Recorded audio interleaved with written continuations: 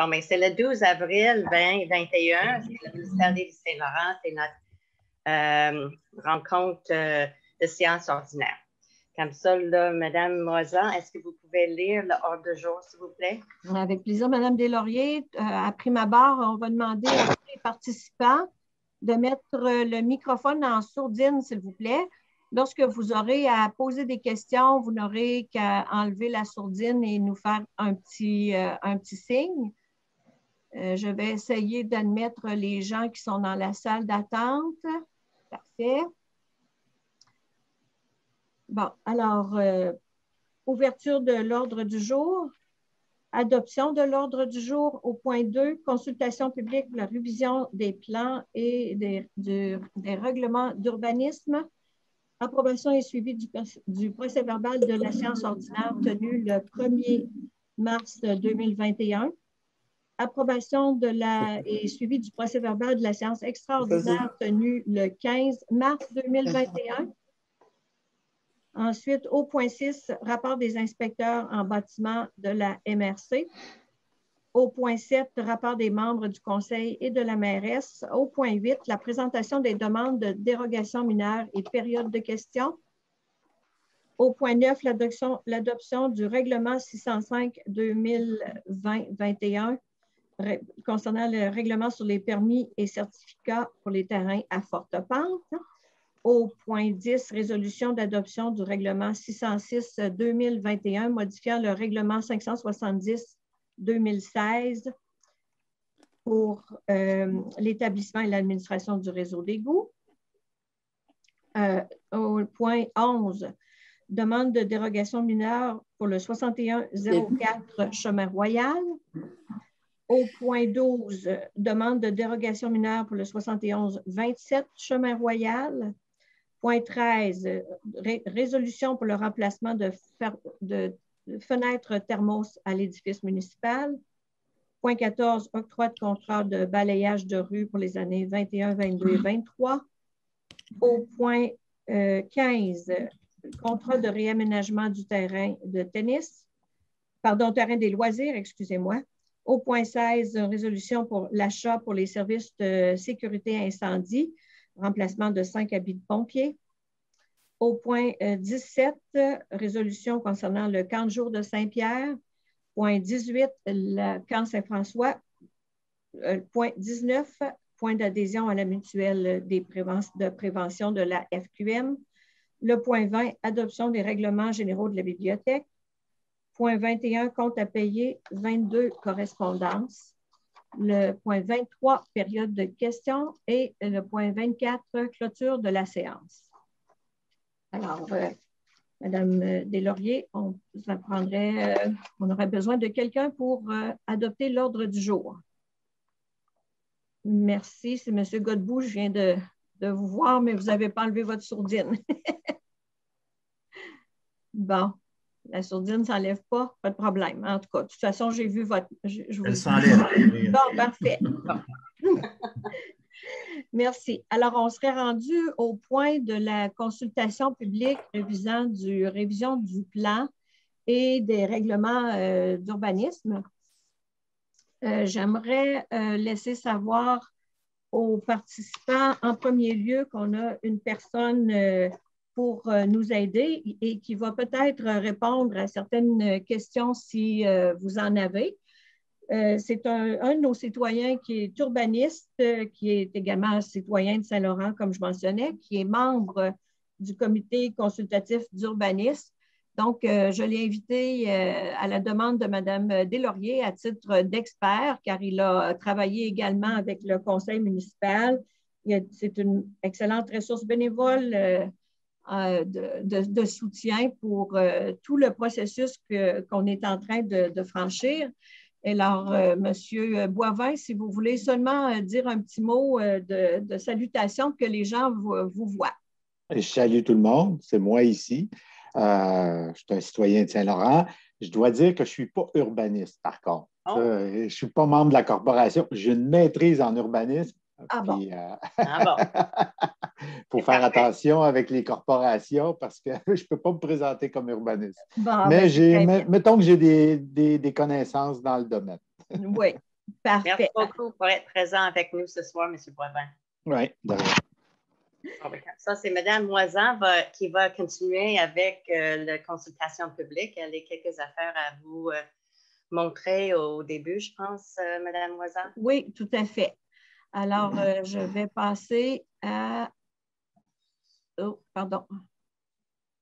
Je vais aller de ce pas sur une image. Est-ce que mon écran est partagé en ce moment? Encore. Non, d'accord. Alors, je vais partager mon écran.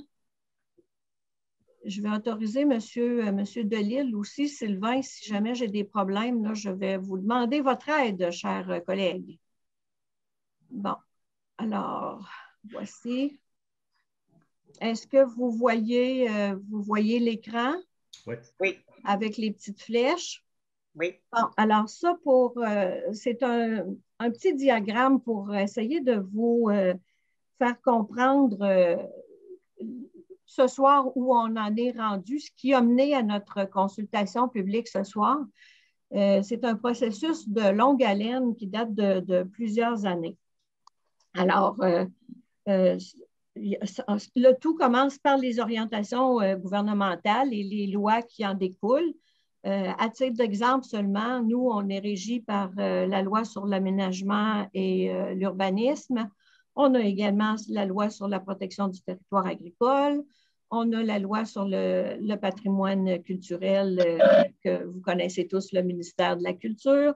Donc, toutes les orientations gouvernementales font que ça découle qu'il y a un plan métropolitain d'aménagement et de développement qui est conçu au niveau de la CMQ, la Commission métropolitaine de Québec.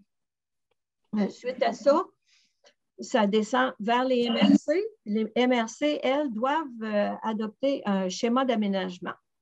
Ce type de document-là, ce schéma d'aménagement-là, ça sert de planification, établit toutes les lignes directrices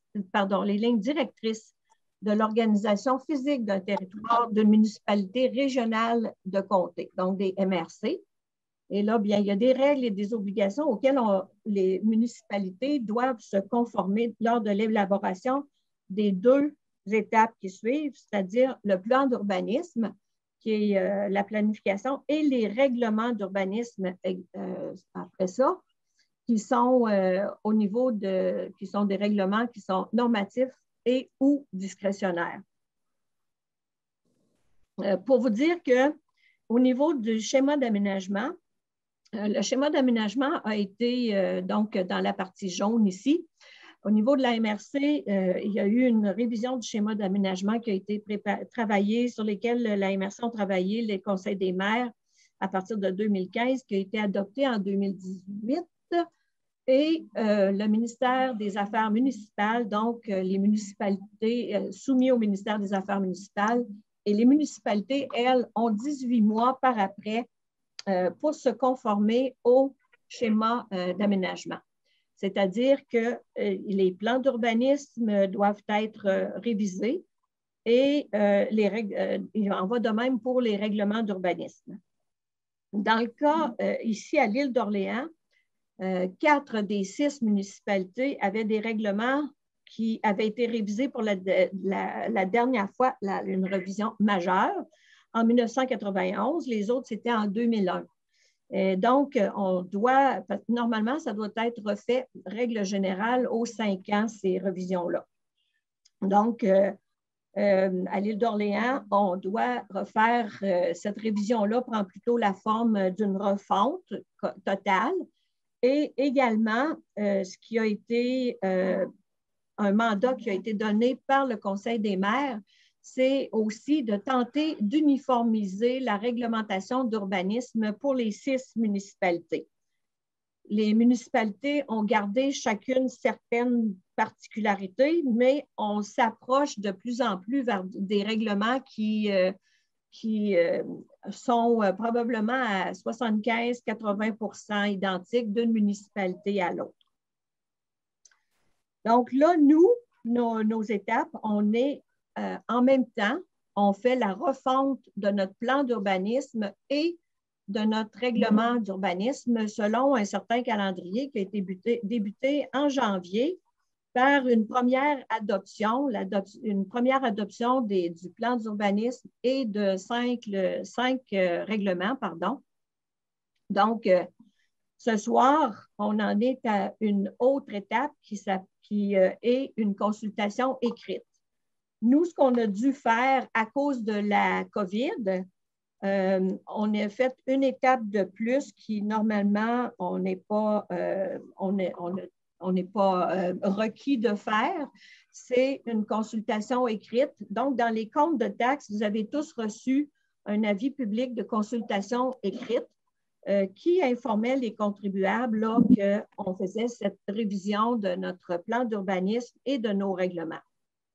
On a refait donc le règlement sur le plan d'urbanisme, règlement sur le plan, l'adoption pour le plan d'urbanisme, l'adoption pour le règlement sur le zonage, pour le règlement sur le lotissement, sur la construction, les permis et certificats. Et en plus, on a ajouté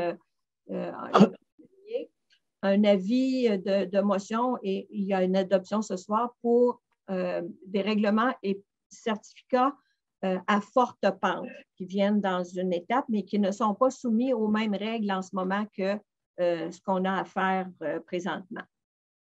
Donc, une des choses qui est bien importante à noter, c'est que les règlements d'urbanisme, ce n'est pas quelque chose qui est statique.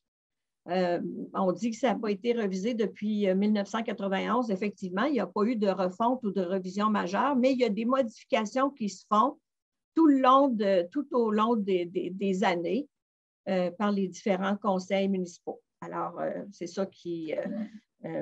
là, les plans... mais par contre, cette fois-ci, c'est vraiment une refonte qui est faite. Pour vous parler un petit peu du plan d'urbanisme, eh bien, le plan d'urbanisme, lui, c'est une vision d'ensemble du territoire de la municipalité et qui doit se conformer aux grandes orientations inscrites dans le schéma d'aménagement qui est ici dans le jaune. Alors, et tout ça, on doit rechercher une cohérence entre les différentes parties du territoire. Le plan d'urbanisme, lui, il s'agit de planifier l'aménagement, le développement du territoire agricole en accordant la priorité aux activités et aux entreprises agricoles en zone agricole dans le respect des particularités du milieu, de manière à favoriser le développement économique. Ensuite, il y a le développement des ensembles et des sites d'intérêt historique culturel. Il y a le développement des potentiels touristiques du milieu. Il y a également l'amélioration, la consolidation des équipements, des infrastructures, des services publics, ainsi que l'amélioration de la qualité de l'environnement. Et de plus, le plan d'urbanisme contribue au développement économique, social, communautaire, culturel et touristique de la MRC comme du territoire de la municipalité de Saint-Laurent. Du côté du règlement, là, on tombe dans les règlements que j'ai mentionnés tout à l'heure. Donc, le règlement de zonage qui portait auparavant numéro 305 va devenir le 601 2020-21. Lui, son rôle, c'est de classifier les constructions et les usages, de diviser le territoire de la municipalité en différentes zones. Le règlement de zonage, lui, spécifie pour chaque zone les constructions et les usages qui sont autorisés et ceux qui sont prohibés.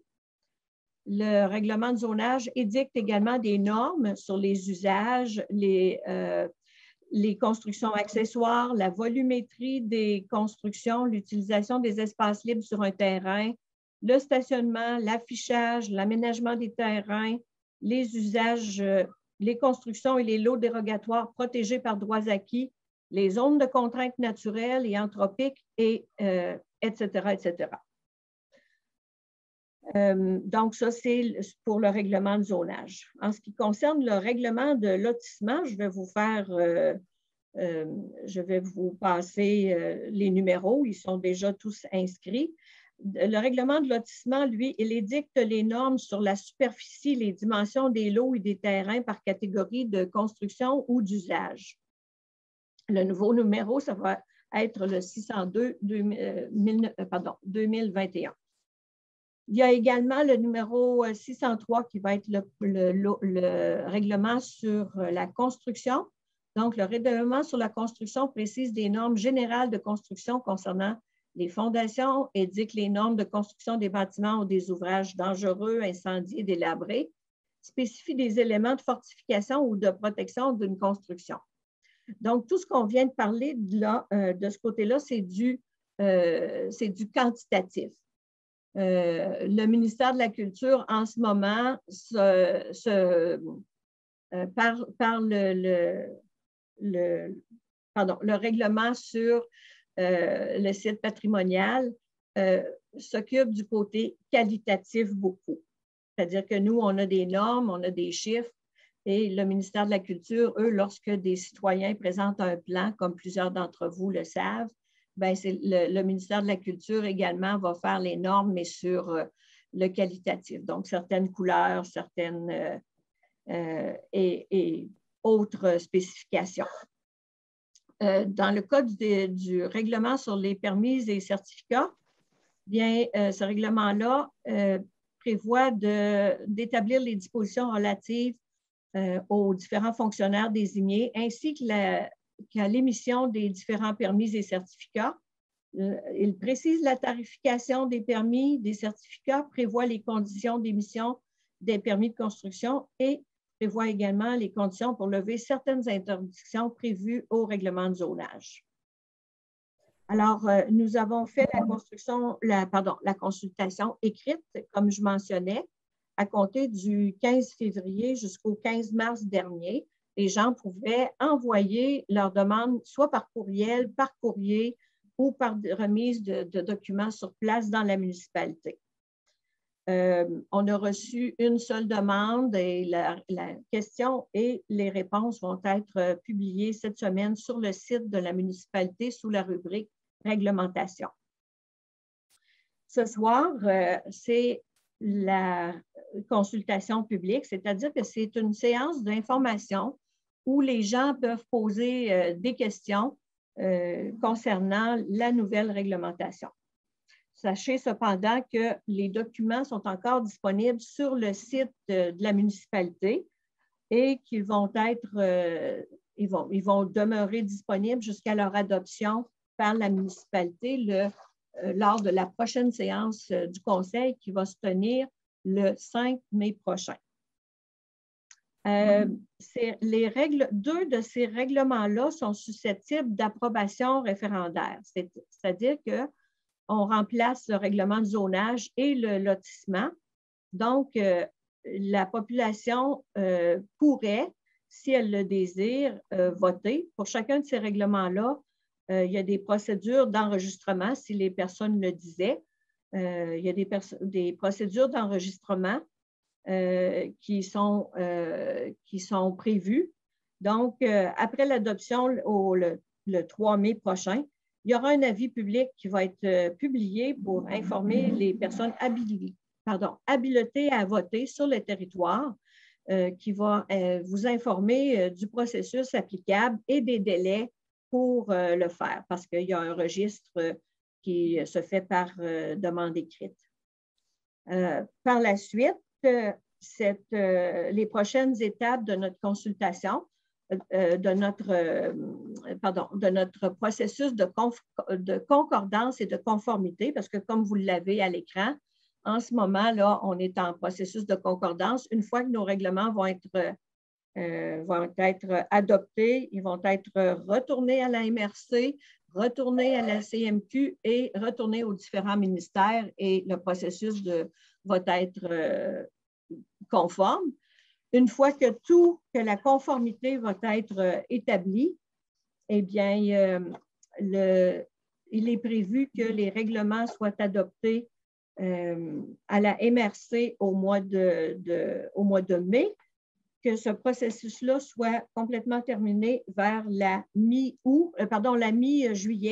par l'entrée en vigueur officielle des règlements, puis ensuite un avis public va être publié dès l'entrée en vigueur. Alors, voici, c'était le résumé que je devais vous faire des différentes étapes du processus qu'on est en train de franchir en ce moment. Madame Deslauriers, on en serait rendu à la période de questions. Je vais arrêter le partage de l'écran et puis, on va retourner au... Si vous avez des questions, c'est maintenant pour nous demander. Sur ce processus-là, puis ensuite, on va continuer la rencontre de la séance régulière. Oui. Mais il y a M. Pichette. Allez-y, M. Pichette, vous pouvez enlever la sourdine. Est-ce que vous me recevez? Oui. Oui, j'aimerais juste savoir si les nouveaux règlements dont vous parlez, qui ne sont pas encore adoptés, s'il y a encore des sujets à modification ou si c'est une adoption déjà à 100% certaine de la nouvelle réglementation. Madame Moisan? Il n'y a pas de... Ces règlements-là, en ce moment, ne sont pas sujets à modification. Mais comme j'ai mentionné tout à l'heure, la réglementation n'est pas statique, ça va évoluer. Je sais que vous allez avoir pour avoir eu une copie de votre dossier, vous allez faire une demande pour un garage plus élevé. Alors ça va faire partie des dossiers qui vont être... C'est juste moi que ça coupe. OK. Ça coupe, Michel. Il va falloir que tu recommences ton explication. Ça me dit, malheureusement, ça dit que ma connexion Internet n'est pas stable. Peut-être, est-ce que vous m'entendez mieux? Là, c'est bien, oui. D'accord. Alors, non, il n'y a pas de modification possible en ce moment, M. Pichette, mais on sait que vous avez une demande qui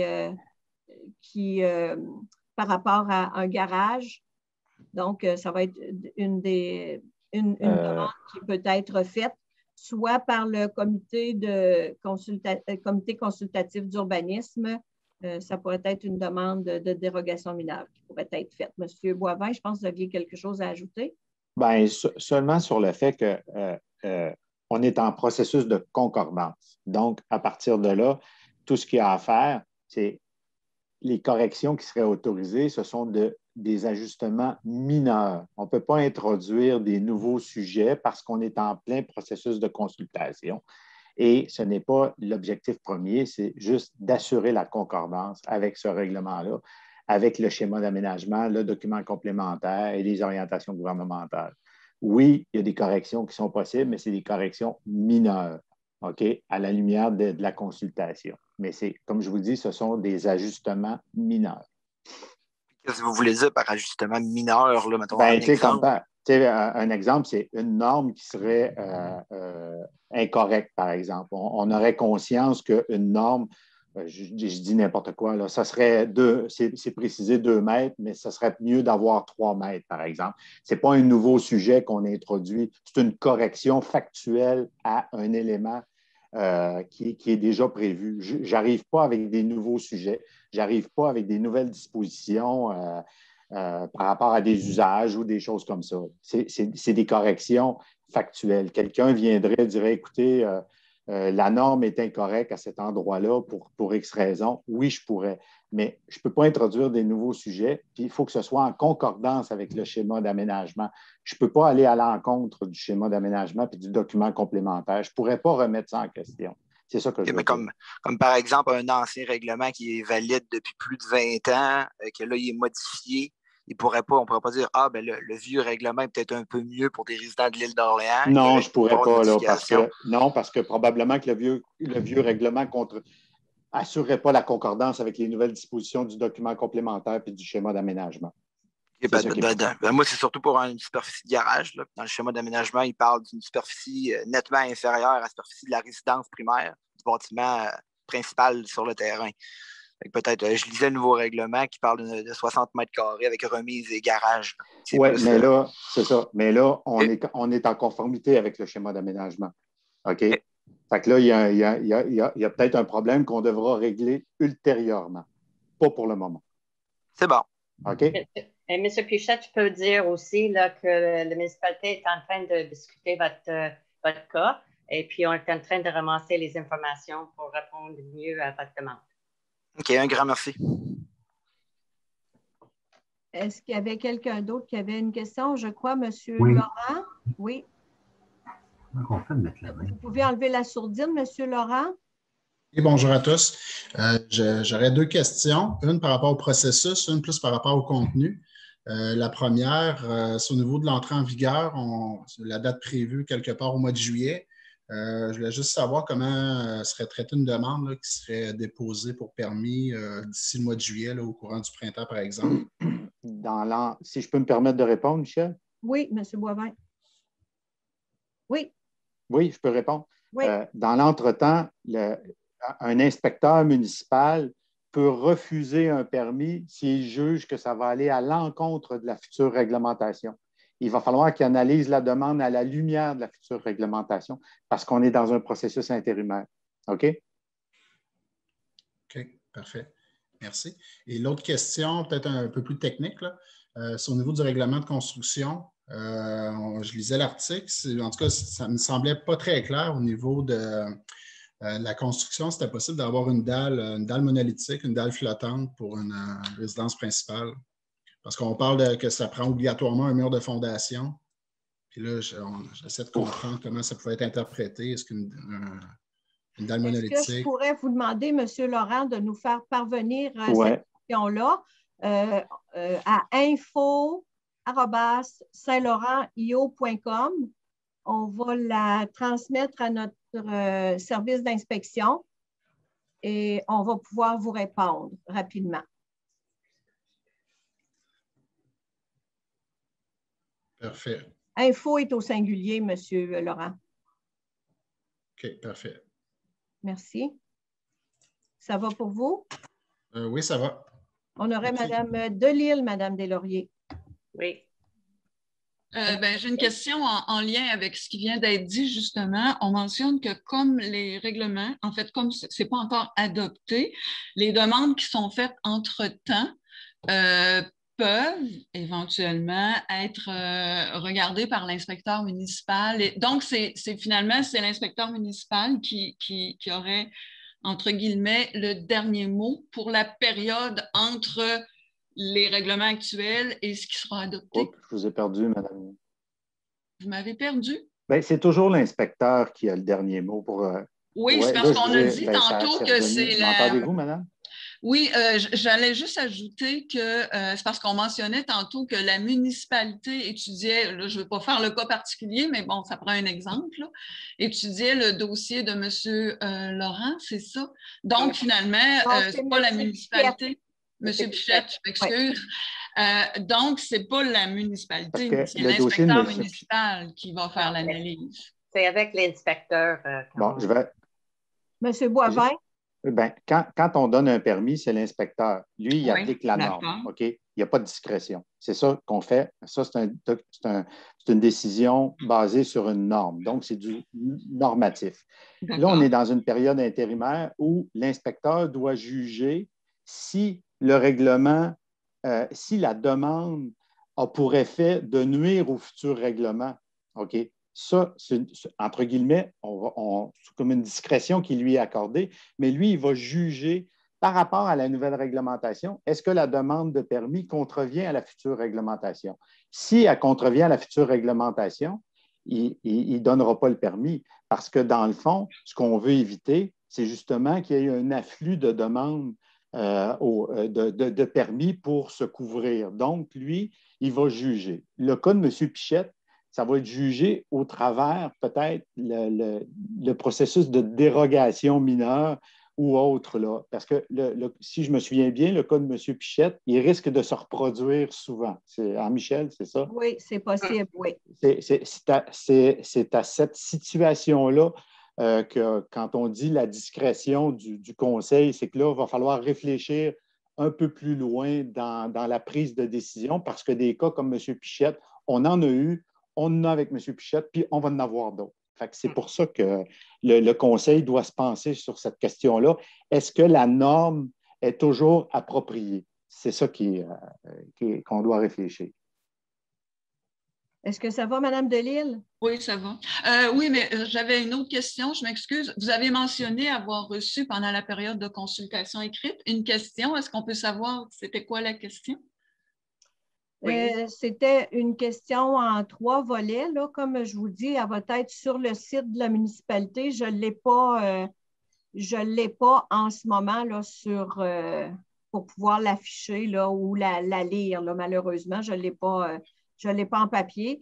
Mais le citoyen en question a reçu la réponse aux questions. Okay. Puis ça va être, comme je vous dis, la question ainsi que la réponse vont être sur le site de la municipalité. Monsieur Goulet, Madame Delisle, est-ce que ça va? OK. Monsieur oui, Goulet, ça va, je m'excuse. Parfait. Vous pouvez abaisser la petite main peut-être, Madame Delisle. Monsieur Goulet, vous pouvez, parfait, vous n'êtes plus en sourdine, vous pouvez y aller. Bonsoir tout le monde. J'aurais quelques questions, probablement d'ordre général concernant tout ce processus-là. Ce que je comprends, c'est que la modification du règlement 305, entre autres, est basée sur une orientation ou le schéma d'aménagement de la MRC. Et, comme vous l'avez dit tout à l'heure, pour essayer d'avoir le plus d'uniformité entre chacune des municipalités. Ce que je voudrais savoir, c'est est-ce qu'à Saint-Laurent, on a été plus sévère sur certains sujets ou est-ce qu'on en a profité de cette revision-là pour réellement être plus sévère et changer des choses? Je vais vous donner un exemple bien simple. Tout à l'heure, on va avoir des dérogations sur la hauteur maximale d'un garage qui est dans le règlement 305 à 5,5 mètres. Et en faisant la lecture du nouveau règlement, c'est rendu 5 mètres. Est-ce que donc, il y a eu une réduction. Est-ce que cette réduction-là est la même dans le schéma d'aménagement de la MRC ou c'est uniquement la municipalité de Saint-Laurent qui a décidé d'abaisser la norme? Non, je peux y répondre, Mme Deslauriers, parce que j'ai eu la réponse aujourd'hui. En fait, ça avait été, comme je vous ai parlé, il y a une tentative d'harmonisation qui a été faite au niveau des 6 municipalités. Ça, c'est la norme qui a été suggérée. Et il y a certaines municipalités qui l'ont laissé comme ça, puis il y a d'autres municipalités. Là, je ne sais pas si dans ce cas-là, ça a été effectivement ça, mais la tentative était de normaliser à 5 mètres. Je ne peux pas vous dire, par contre, si les municipalités ont toutes laissé ça à 5 mètres ou pas. Maintenant, je comprends que c'est une suggestion. Maintenant, est-ce qu'on va être la seule municipalité à 5 mètres? Parce que, vous le voyez, il y a plusieurs demandes concernant la hauteur des garages qui vont en venir. C'était un exemple, entre autres, que j'avais. Ce que je peux vous dire, pour avoir passé à travers, essayer de passer à travers le nouveau règlement et puis l'ancien, c'est très difficile pour le commun des mortels. Ce que j'aurais aimé ou ce que je vous demande, si c'est possible pour les citoyens, est-ce qu'il y aurait moyen d'avoir un tableau des changements majeurs? Probablement que la majorité des articles ont demeuré les mêmes, mais c'est quoi les changements majeurs, changements mineurs ou majeurs, comme la hauteur des garages, y a-t-il des changements dans la superficie? C'est quoi qui touche le citoyen directement sans être obligé de payer l'analyse des deux schémas ou des deux règlements, un à côté de l'autre, et dire « Ah, ça a changé, ça n'a pas changé, ça a changé. » C'est un peu ma demande, là, puis j'ai fait au nom du commun des mortels, des citoyens de Saint-Laurent. Quelqu'un qui veut analyser puis comparer entre les deux, ça devient extrêmement difficile. Est-ce qu'il y a un genre de document qui pourrait être un tableau qui pourrait résumer ça? Les principaux changements pour le monde. Ce tableau-là, j'ai fait la demande. Ce tableau-là n'existe pas. Vous comprendrez que les inspecteurs ont fait un travail sur plusieurs mois. Pas les inspecteurs, les membres au service d'urbanisme, excusez-moi, les gens qui ont travaillé là-dessus. Et ça n'a pas été dans le mandat qui a été donné par le Conseil des maires de préparer ce tableau-là. Alors, en ce moment, ce n'est pas quelque chose c'est peut-être quelque chose que Mme Deslauriers va pouvoir vérifier auprès du Conseil des maires, mais je ne crois pas que ça sera disponible. Là. On pourrait vous revenir là-dessus, par contre. Ben, on apprécierait parce qu'on parle de consultation puis de regarder, mais comme vous dites, là, ça devient difficile de tout comparer. Puis, je suis pas mal certain que la majorité des règlements sont restés les mêmes dans toute la pile de documents et de réglementation. J'aurais une autre question concernant le règlement de zonage. Il y a la fameuse annexe 6, puis là, c'est pour ma culture, là, les zones isophones. Puis j'ai vu que la route Prévost avait été encerclée avec une contrainte de bruit.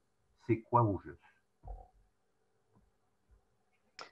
Bien, c'est comme le nom le dit, ça devient une zone avec des contraintes anthropiques. Ça veut dire qu'à l'intérieur de cette zone-là, je peux, si quelqu'un se construit, par exemple, ou je peux avoir des normes beaucoup plus exigeantes vis-à-vis de la construction. Par exemple, je pourrais dire, il n'y a pas de matériaux de réverbération. Les matériaux que vous allez employer de revêtement extérieur ne doivent pas accentuer la réverbération. L'orientation de la résidence devrait être d'une manière particulière.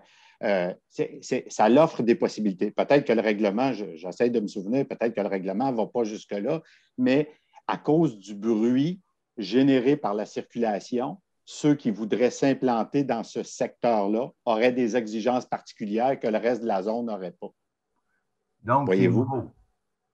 Est-ce que c'est quelque oui, chose mais de ça fait nouveau? des années que c'est. Est-ce que c'est ça fait des années. Probablement que non, mais peut-être que c'est dans le schéma d'aménagement et dans le document complémentaire. Parce que là, vous remontez à des années.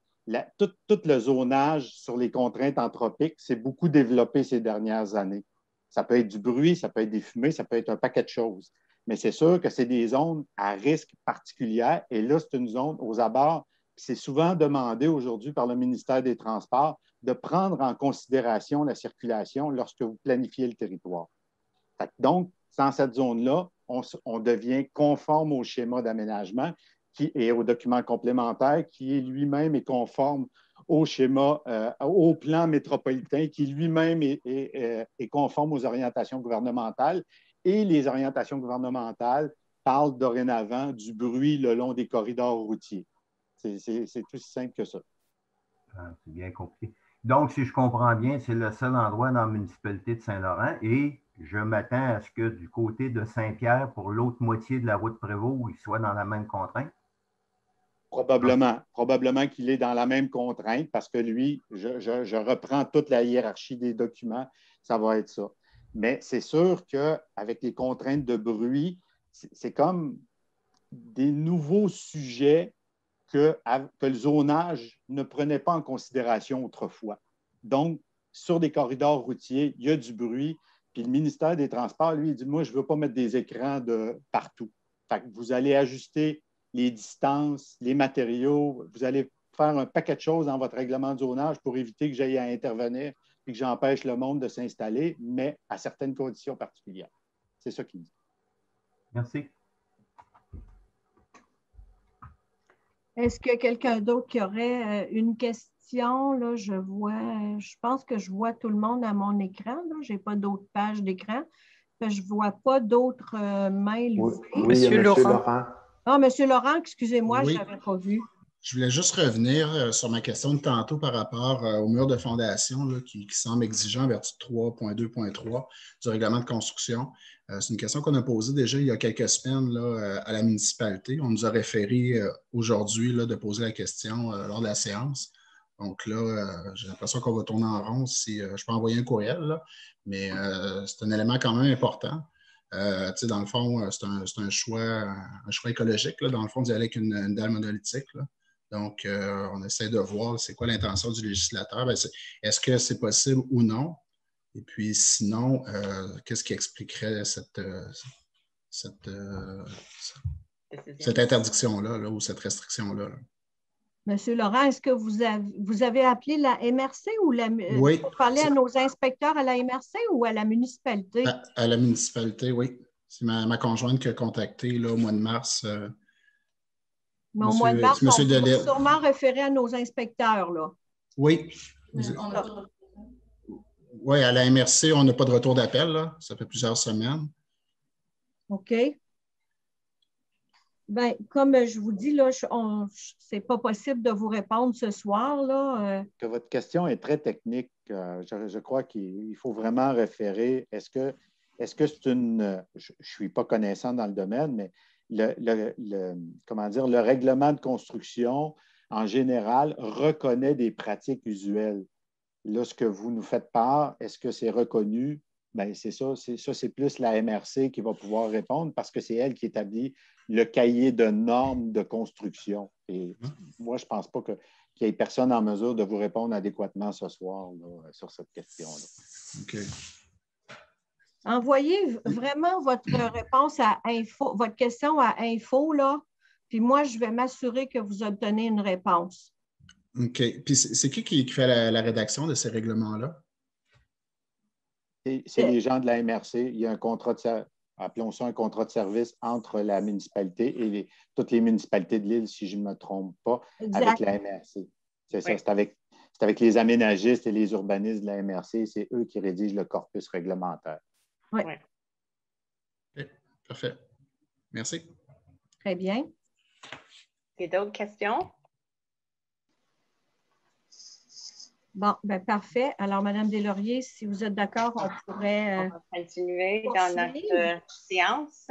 Oui. Merci beaucoup pour votre présence et vos questions. Et oui. s'il y a d'autres questions entre-temps, dans les jours qui suivent, là, si vous pouvez demander à la municipalité ou l'envoyer votre question à la municipalité.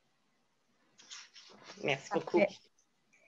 Bon, on est rendu à numéro 4, Mme Deslauriers. Oui. Alors, on serait rendu au point à l'adoption et au suivi du procès-verbal de la séance ordinaire du mois de mars.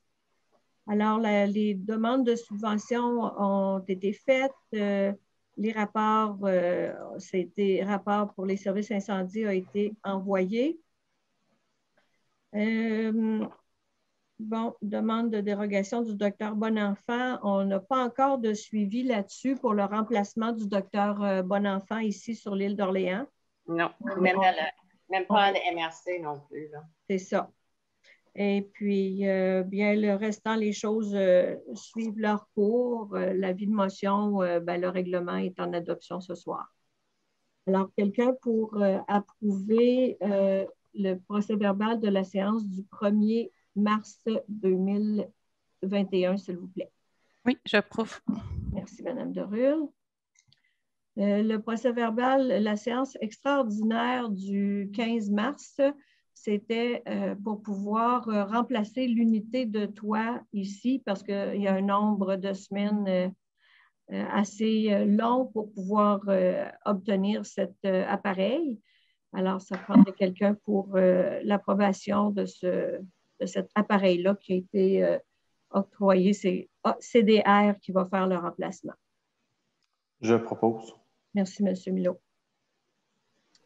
Rapport des inspecteurs des bâtiments de la MRC. Alors, le mois dernier, on n'avait pas reçu le rapport. Il y a eu 10 demandes de rénovation ou autres faites en février pour une valeur de 720 850 $. Et au mois de mars, il y a 15 demandes qui ont été approuvées pour une somme approximative, encore une fois, de 599 360 $.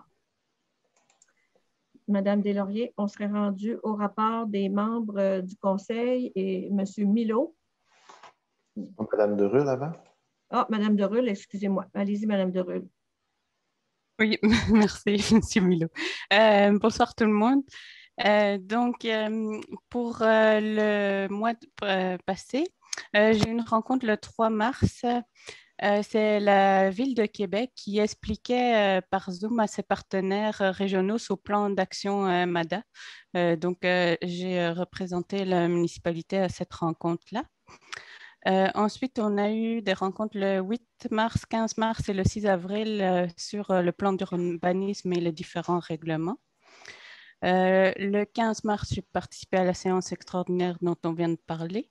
Et puis, le 25 mars, j'ai participé à un atelier organisé par Espace Muni sur un programme à venir qui s'intitule « Ma place de village ». Il sera peut-être lié à du financement en 2022. C'était un atelier organisé en collaboration avec l'OBNL, la Pépinière Espace Collectif. Et l'objectif de ce programme, c'est de créer ou recréer une place centrale au village où les citoyens peuvent se parler. Alors, ils ont remarqué que la nourriture et la musique contribuaient fortement à atteindre cet objectif. Et puis, il y a plusieurs idées là qui ont été échangées. Donc, ça, c'était pour le mois précédent. Puis, je voudrais vous rappeler aussi de compléter le sondage sur la politique familiale et municipalité amies des aînés avant le 23 avril. Le questionnaire papier se trouve dans la marée de mars et aussi en ligne sur le site de la municipalité. Enfin, le lien sur le site de la municipalité, mais il se trouve sur le site de la MRC. Merci beaucoup. Merci, Mme Derul. Monsieur Milot? Bonsoir. Pour ma part, j'ai aussi assisté à la séance du 8 mars pour travailler sur les règlements d'urbanisme dont on vous a parlé plus tôt. J'ai participé à une rencontre de travail aussi le 15 mars. Ensuite, tout récemment, il y a eu un comité consultatif d'urbanisme en date du 6 avril, dont je vous ferai mention des détails un petit peu plus tard dans l'ordre du jour. Et aussi participer lors du 6 avril à une réunion là, sur les règlements d'urbanisme, encore une fois. C'est tout pour moi. Merci, M. Milot. M. Girard? Oui, bonsoir à tous. Moi, le 24 mars, j'ai participé au CA du Journal autour de l'île, surtout en préparation, en fait, de l'Assemblée générale annuelle, l'AGA autour de l'île, qui a été le 30 mars. Et puis, le 6 avril, j'étais aussi avec la rencontre de travail sur le plan d'urbanisme. C'est tout pour moi. Merci, M. Girard. M. Gosselin? Bonsoir, je n'ai pas de rapport. Merci. OK, merci, M. Gosselin. M. Pouliot? Bonsoir tout le monde. Alors, le 15 mars, en matinée, j'ai eu une rencontre avec Mme Boisin et M. Yvan Garneau, chef du service des incendies. Nous avons discuté du renouvellement à venir de certains équipements des pompiers. Le soir, j'ai participé à la séance extraordinaire visant le remplacement de l'unité de chauffage au bureau municipal. Et mardi, le 6 avril, à 18 h, j'ai eu une rencontre avec le comité de consultation d'urbanisme et à 19 h, une réunion de travail avec le conseil. Voilà, c'est tout. Merci, M. Pouliot. Monsieur Gilles Godbout, s'il vous plaît. Oui, c'est bien ça. Alors, comme mes collègues, j'ai participé aux mêmes rencontres là, du 8 et du 15 mars, de même que celle du 6 avril. Et autrement, j'ai travaillé sur différents dossiers là, en cours ou à venir pour le parc maritime et pour le club nautique. Alors, les développements vous seront communiqués plus tard. Merci, M. Godbout. C'est tout? Oui. Merci, M. Godbout. Mme Deslauriers? Oui, bonsoir.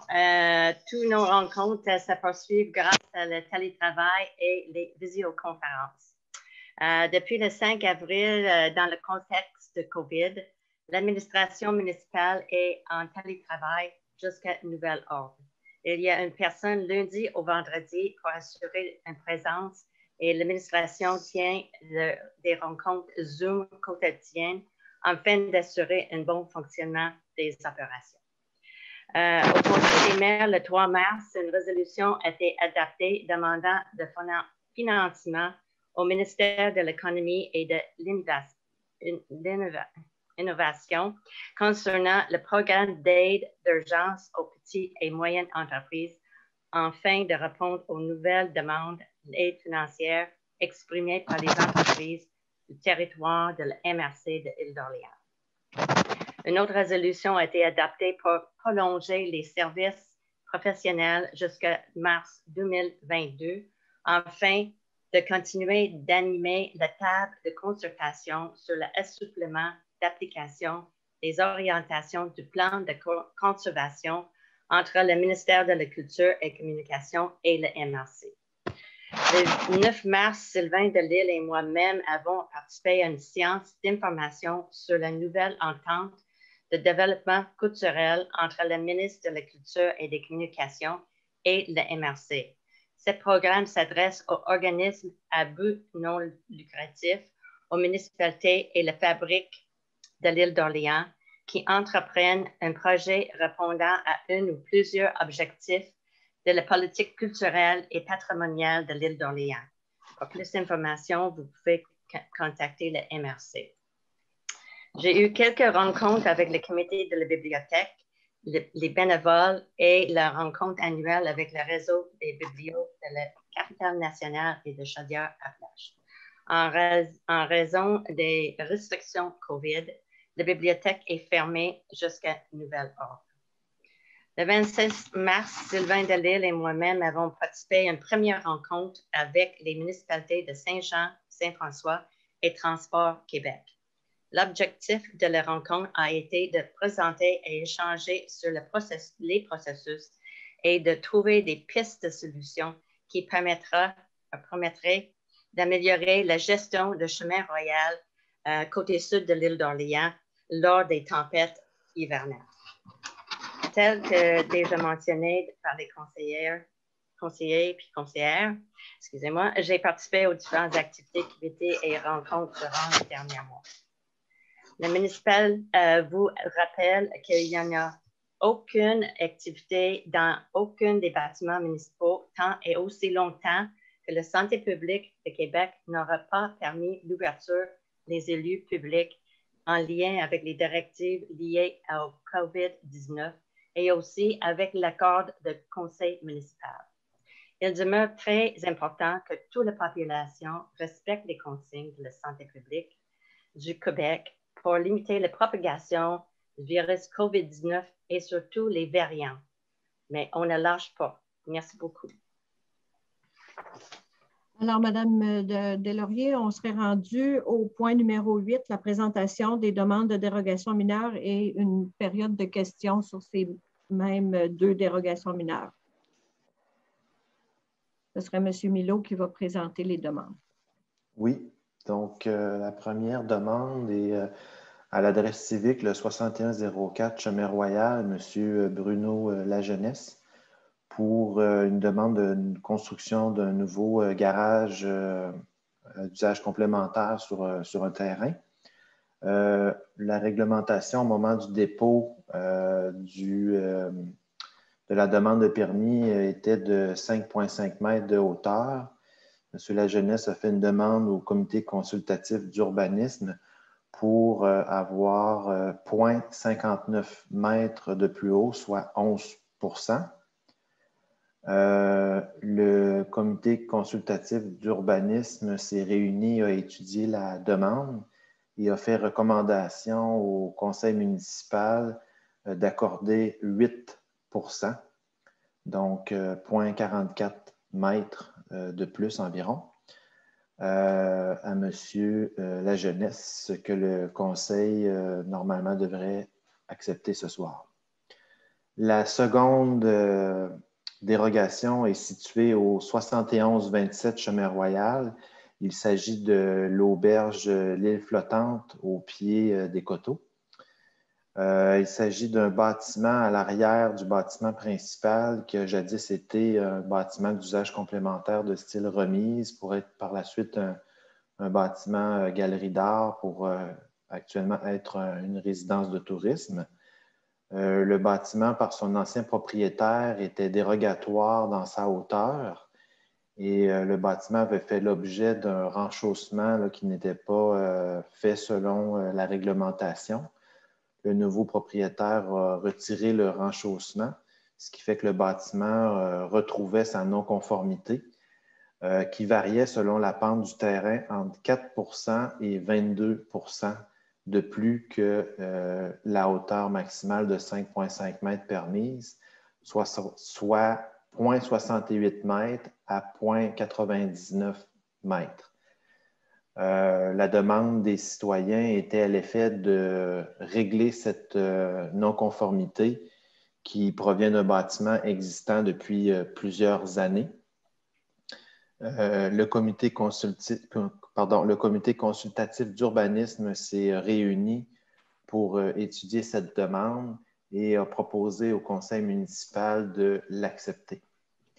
Ce que je crois que le conseil municipal va approuver dans les prochaines minutes. Alors, je propose l'acceptation.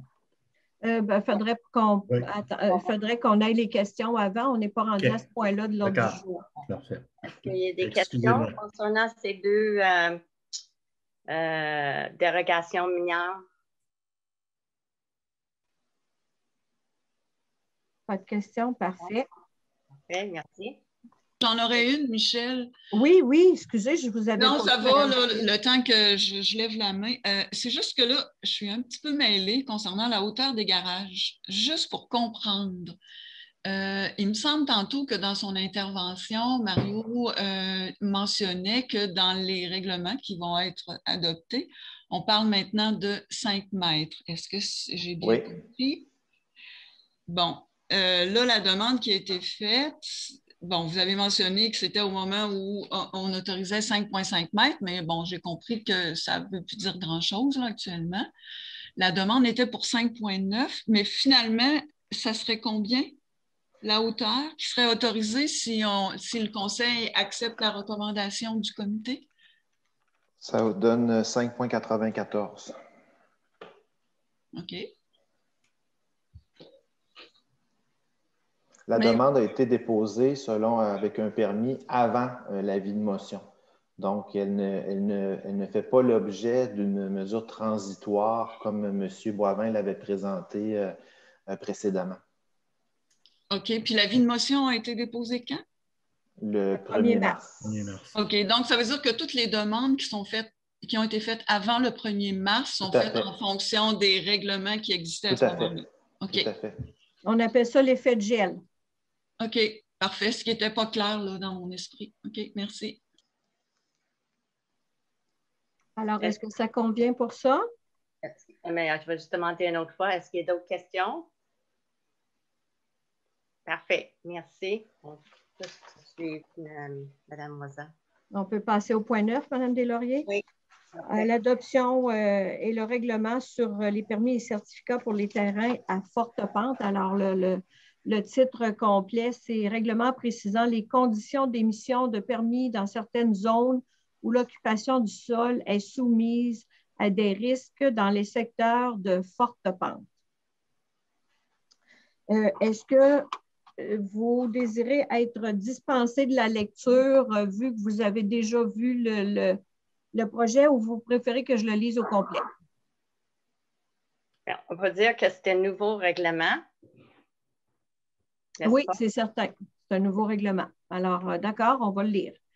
Alors, attendu que la municipalité est régie par le Code municipal, que la municipalité est également régie par les dispositions de la loi sur l'aménagement et l'urbanisme, attendu qu'en vertu de l'article 145.42 de la loi sur l'aménagement et l'urbanisme, le conseil municipal peut adopter un règlement afin d'autoriser la délivrance de permis de construction ou de lotissement et de certificats d'autorisation à l'intérieur de permis de construction, à l'intérieur de zones soumises à des risques d'érosion ou à de fortes pentes en assujettissant leur délivrance à la production d'une expertise par le demandeur, attendu que le Conseil juge opportun d'adopter un tel règlement, attendu que le règlement 414-99 sur le comité consultatif d'urbanisme adopté par le Conseil municipal, attendu qu'un avis de motion et qu'un dépôt de règlement a été préalablement donné à la séance de ce Conseil tenue le 1er mars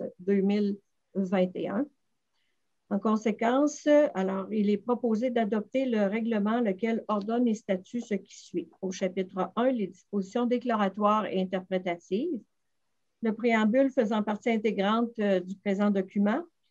Le titre, je l'ai lu il y a quelques instants, est le territoire visé par le règlement et la municipalité de Saint-Laurent de l'île d'Orléans. Les dispositions du présent règlement s'appliquent aux zones de forte pente et de haut talus, de bas de talus telles que décrites à l'article 11.5.1 du règlement de zonage.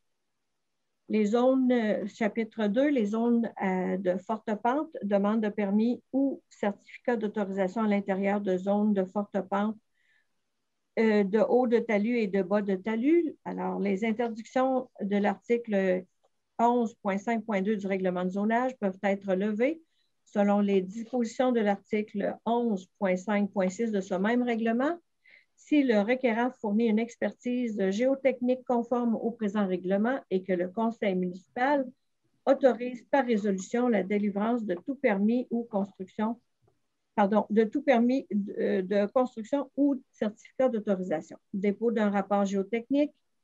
Lorsqu'un rapport géotechnique est exigé, un contenu minimal doit être traité relativement aux éléments suivants. Le rapport géotechnique doit avoir pour objectif d'évaluer les conditions actuelles de stabilité du site, d'évaluer les effets des interventions projetées sur la stabilité du site et, si cela est nécessaire, proposer des travaux de protection contre les glissements de terrain. Ensuite, le rapport géotechnique doit rencontrer les critères suivants relativement à son contenu. L'intervention projetée n'est pas menacée par un glissement de terrain. L'intervention projetée n'aura pas d'effet de déstabiliser le site et les terrains adjacents. L'intervention projetée ne représente pas de facteurs aggravants en diminuant les coefficients de sécurité qui y sont associés. Enfin, le rapport géotechnique doit émettre les recommandations suivantes. Les précautions à prendre et, si nécessaire, des travaux de protection contre les glissements de terrain afin de maintenir en tout temps la stabilité du site et la sécurité de la zone d'étude et de protéger l'intervention projetée. Dans le cas de travaux ayant pour but la protection contre les glissements de terrain, le rapport géotechnique doit avoir pour objectif d'identifier le type de glissement de terrain auquel le site est exposé et définir le danger potentiel, de choisir les types de travaux de protection appropriés selon le type de glissement de terrain appréhendé. Ensuite, le rapport géotechnique doit rencontrer les critères suivants relativement à son contenu. L'ensemble des travaux n'aura pas pour effet de déstabiliser les sites et les terrains adjacents. Dans le cas de travaux de stabilisation, contrepoids, reprofilage, tapis drainant, etc., la méthode de stabilisation choisie est appropriée aux dangers appréhendés et au site. La stabilité de la pente a été améliorée selon les règles de l'art. En bordure d'un cours d'eau, la méthode retenue vient contrer l'érosion, qu'elle soit active ou appréhendée.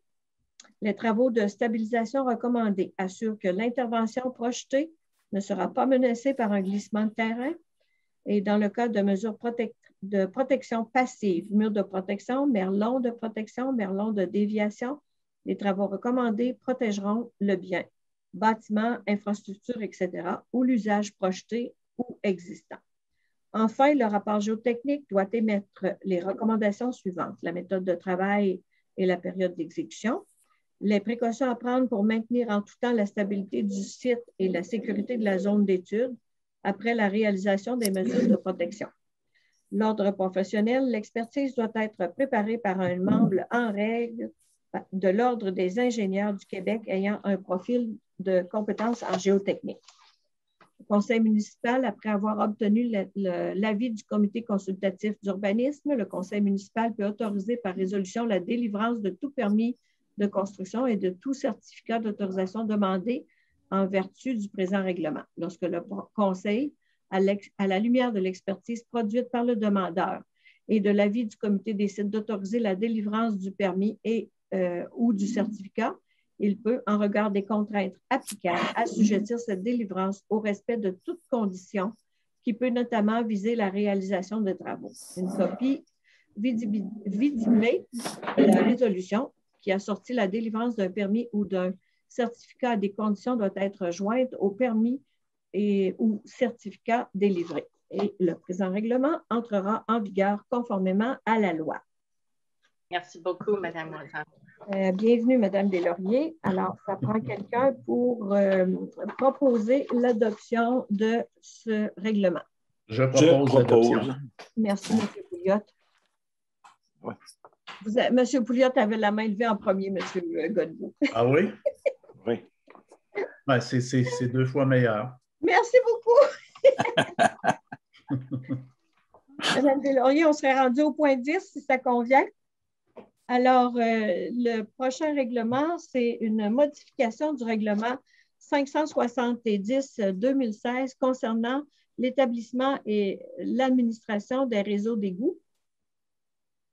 Alors, en 2016, lors de la construction du réseau d'égouts, il y a ce règlement qui a été adopté, qui a édicté plusieurs règles et il est modifié, ce règlement est modifié. Je vais vous, selon l'article 19 sur les compétences municipales qui permet à la municipalité locale d'adopter tout règlement en matière d'environnement, également par l'article 25 de la loi sur les compétences municipales qui décrète que toute municipalité peut, aux frais du propriétaire, installer des conduites privées, des entrées d'eau ou d'égouts ou effectuer le raccordement de conduites privées aux conduites publiques. Attendu qu'un avis de motion a dûment été donné par M. Julien Milot, conseiller, lors de la séance régulière du 1er mars 2021 en vertu de l'adoption du présent règlement. Attendu qu'une copie du règlement ait été posée à chacun des membres du conseil. Alors, le conseil ordonne et statue que le présent règlement numéro 606-2021, c'est le règlement qui modifie le règlement numéro 570 relatif à l'établissement et à l'administration des réseaux d'égouts de la municipalité de Saint-Laurent.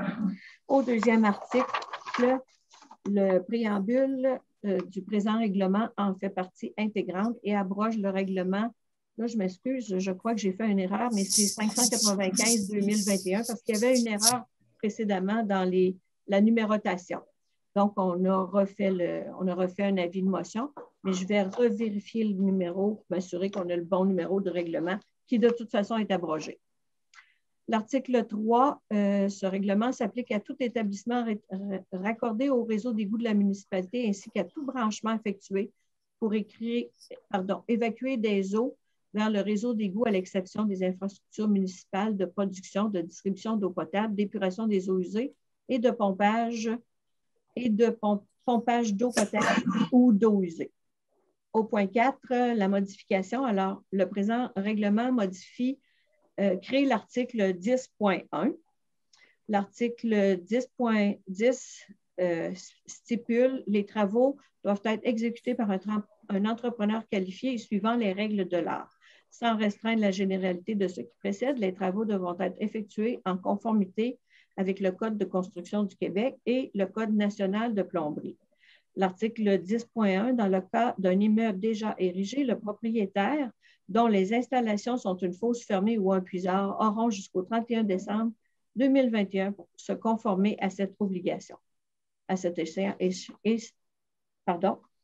cette échéance et conformément à l'article 25 de la loi sur les compétences municipales, à défaut de s'y être conformée au présent article, la municipalité pourrait effectuer elle-même les travaux et en refacturer les coûts aux propriétaires. L'article 5 est l'entrée en vigueur de ce règlement conformément à la loi. Alors, quelqu'un pour proposer l'adoption de ce règlement, s'il vous plaît. Moi, je propose. Bruno. Merci, M. Gosselin.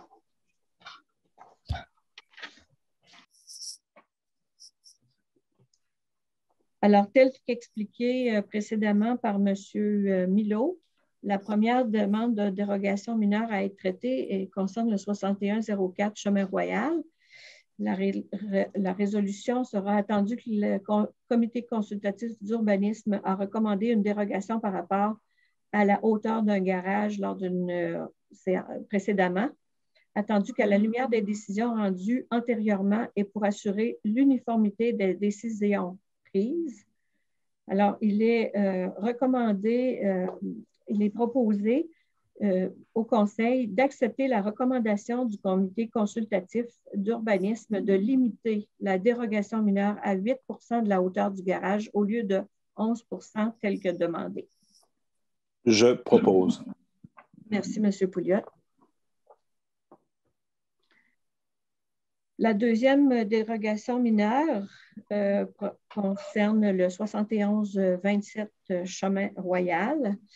Alors, attendu que les propriétaires actuels ont subi les préjudices et les conséquences de modifications dérogatoires antérieures effectuées sans permis, attendu que cette demande a pour but de régulariser une situation dérogatoire antérieure, il est recommandé d'accepter c'est ça.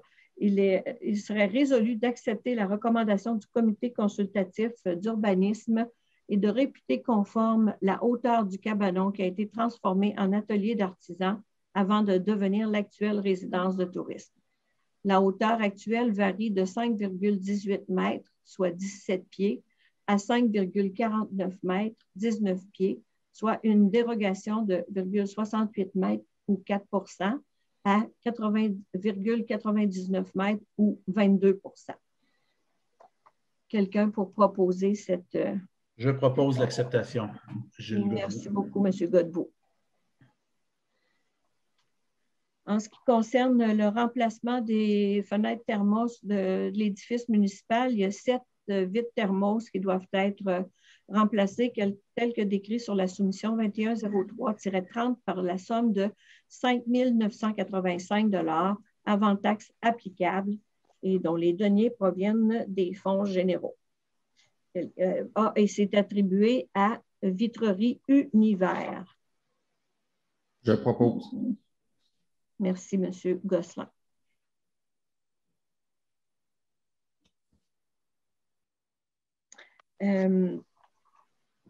Donc, le point 14, Mme Deslauriers, c'est l'octroi du contrat de balayage de rue pour les années 2021, 2022 et 2023. Alors, attendu que le règlement sur la gestion contractuelle de la municipalité de Saint-Laurent autorise la procédure d'appel d'offres sur invitation, attendu qu'il est avantageux d'obtenir des soumissions pour plus d'une année pour des travaux réguliers au service des travaux publics, attendu que des demandes d'offres de services ont été envoyées aux 2 entrepreneurs sur l'île qui disposent des équipements adéquats, soit entreprise David Gosselin et Jean-Michel Deschamps Excavation. Donc, c'est l'entreprise David Gosselin a soumissionné pour 3 858,43 $ à chaque année et JMD Excavation pour 3 499 $ à chaque année. Donc, la résolution est à l'effet d'octroyer le contrat à Jean-Michel Deschamps Excavation et avant les taxes applicables et dont les deniers proviendront des fonds généraux. Quelqu'un pour proposer, s'il vous plaît? Propose. Merci, M. Gosselin. Le prochain point pour le cas de contrat pour le réaménagement du terrain des loisirs.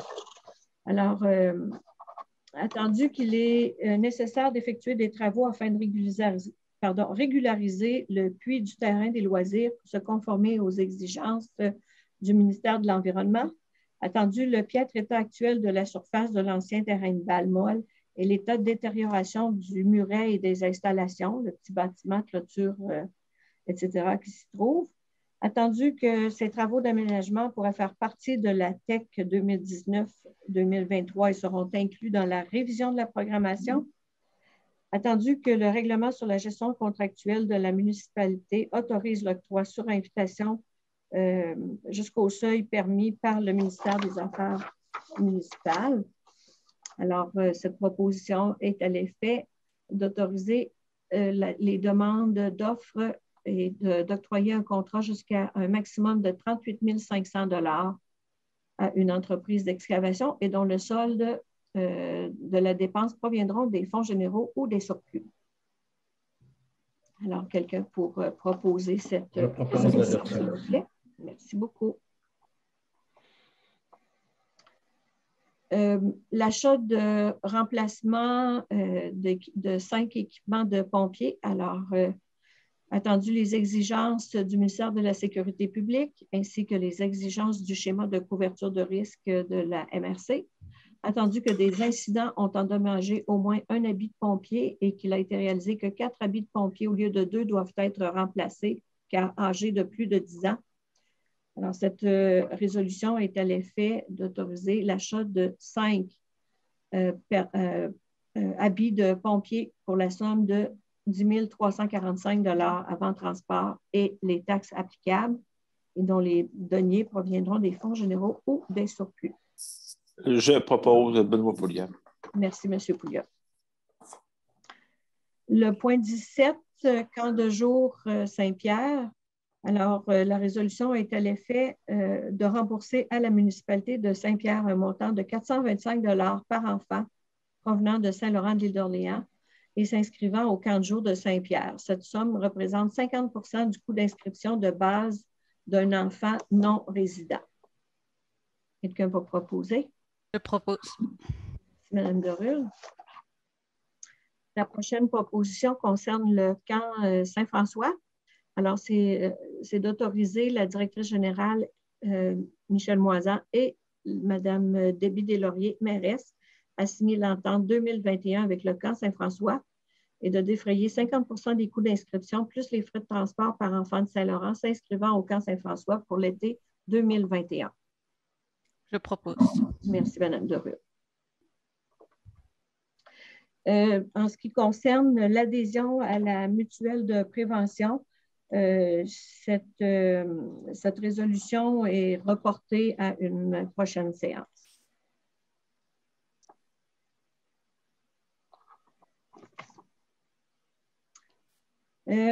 L'adoption des règlements généraux de la bibliothèque. Il y avait un certain temps que les règlements généraux de la bibliothèque n'avaient pas été adoptés. Alors, est-ce que vous voulez, Mme Deslauriers, que je relise les règlements généraux ou… Vous pouvez, là, si vous voulez. Non. Heure et jour d'ouverture. Le mardi, 19h à 20h30. Le mercredi, 14h à 16h. Le samedi, 10h à midi.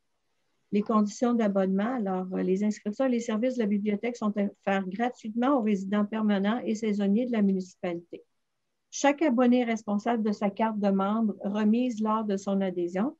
Il doit la signer et la présenter à chaque visite. L'abonné doit remettre sa carte d'adhésion s'il déménage à l'extérieur de la municipalité. Politique de prêt. Chaque abonné doit emprunter à la fois 5 biens, peut emprunter à la fois 5 biens culturels. Le prêt est d'une durée de 3 semaines. L'abonné peut demander le renouvellement d'un prêt pour une durée de 3 semaines si le document n'a pas été réservé par un autre abonné. Le maximum de renouvellement pour le même prêt est de 2 fois. Le renouvellement peut se faire par téléphone, sur place ou à partir du portail de la bibliothèque à l'aide d'un NIP. Il est nécessaire d'apporter le bien culturel pour faire le renouvellement. Il n'est pas nécessaire d'apporter le bien culturel pour faire le renouvellement, seulement le mentionner aux bénévoles. L'abonné peut réserver un document déjà en circulation. Il a droit à 5 réservations à la fois. Dès que le bien culturel réservé devient disponible, l'abonné est avisé. Un délai d'1 semaine lui est accordé pour venir le chercher, après quoi la réservation sera annulée. L'abonné doit se présenter à l'accueil afin de connaître les moyens pour effectuer ou récupérer une réservation. Bien qu'il n'y ait plus d'amende pour les biens culturels en retard, l'abonné reçoit l'avis de courtoisie de 2 jours avant la date d'échéance. La bibliothèque se réserve le droit de suspendre le dossier de prêt si l'abonné a trop de retard à son dossier. Prêts interbibliaux, les PEB. Alors, la bibliothèque peut obtenir du réseau Biblio CNCA un volume demandé par un abonné si celui-ci n'est pas déjà à la bibliothèque. Les nouveautés et les meilleurs vendeurs sont souvent refusés. Les prêts par les autres bibliothèques sont d'une durée de 5 semaines et sont non renouvelables. La demande se fait à la bibliothèque par Internet et un NIP est nécessaire. Les biens culturels perdus ou brisés, les abonnés sont entièrement responsables des biens empruntés. Les biens perdus ou endommagés sont facturés à leur valeur de remplacement, incluant les taxes et les frais d'administration, code-barre, recouvrement du bien, etc., au montant établi par Réseau Biblio à l'abonné ou à ses parents pour celui qui a moins de 13 ans. Le civisme. Il est demandé aux usagers de ne pas boire, de ne pas fumer, manger, boire, parler fort ou courir dans les locaux de la bibliothèque et de ne pas y troubler l'ordre et le calme. Général, la bibliothèque se réserve le droit de modifier ses règlements sans préavis. Alors, quelqu'un pour proposer l'adoption de ces règlements. Je propose. Merci, M. Hulot. On serait rendu aux comptes à payer, Mme Deslauriers. Alors, les comptes à payer, incluant les salaires et tous les comptes du mois de mars, totalisent 197 640 $ et 59 sous. Quelqu'un pour proposer Je propose. Merci, M. Godbout. Au niveau de la correspondance, on a eu 2 bonnes nouvelles pendant le mois de mars. Nous avons reçu la lettre de préapprobation de 100 000 $ pour les toilettes publiques dans le cadre du programme Primada des affaires municipales. Et on a eu également du fédéral dans le programme Nouveaux Horizons pour aînés, au-delà de 22 000 $ pour l'achat de tablettes. Et également, on a su que le cercle de fermières, le cercle des fermières de Saint-Laurent avait également reçu une somme car elles ont fait la même demande. Donc, félicitations aux fermières par la même occasion. Madame Deslauriers, on serait rendu à la 2e période de questions. Parfait. Si vous voulez, vous pouvez ouvrir vos micros et poser des questions. Si vous pouvez lever la main, là, si jamais vous avez des questions. Madame Stéphanie D, la première. Vous pouvez enlever la sourdine, Madame. Oui. Bonjour. Oui. Bonjour. Bonsoir, en fait. Moi, c'était juste pour faire un suivi concernant la sécurité routière aux abords de l'école à Saint-Laurent. Je suis membre du conseil d'établissement, puis la dernière fois, j'ai eu une information partielle là, un peu concernant une lettre de réponse du ministère là, qui avait été reçue. Fait que je voulais juste savoir c'était quoi les prochaines étapes là, par rapport à ce dossier-là. Merci. M. Pouliot avait... Est-ce que M. Pouliot est encore avec nous? Oui. Oui. Alors, écoutez, bonjour, madame. Alors, nous sommes présentement en discussion avec les gens du ministère des Transports pour voir qu'est-ce qui pourrait être fait. Là, je ne sais pas si vous avez pris connaissance de la lettre, ou du moins on l'avait lu partiellement lors de la dernière rencontre. Mais effectivement, il y a eu des relevés de vitesse autour de l'école qui ne semblent pas être si importants. C'est-à-dire qu'en direction ouest, c'est 51 km/h. Les gens semblent respecter dans l'ensemble les limites de vitesse. Le ministère des Transports ne recommande pas non plus d'élargir la zone. Il semble interdit de faire ça, selon eux. Ils ne recommandent pas non plus de mettre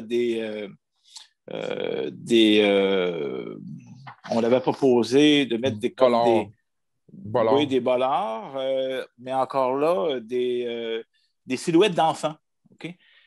Pour sensibiliser les automobilistes mais il paraît-il que ça fait l'effet parfois contraire, ça désensibilise. Donc, on est devant un petit peu, même par rapport au radar qu'on a proposé de mettre à l'extrême est et ouest de la municipalité. Là, on doit se soumettre à des normes assez strictes du ministère des Transports. Alors, ce qui fait qu'on a quand même donné suite à cette lettre-là. On attend des réponses du ministère pour voir qu'est-ce qui peut être fait à l'intérieur des normes nationales, si je peux dire. Voilà. Le seul point, c'est qu'on avait eu un bref résumé là, de M. Delisle là, au conseil d'établissement.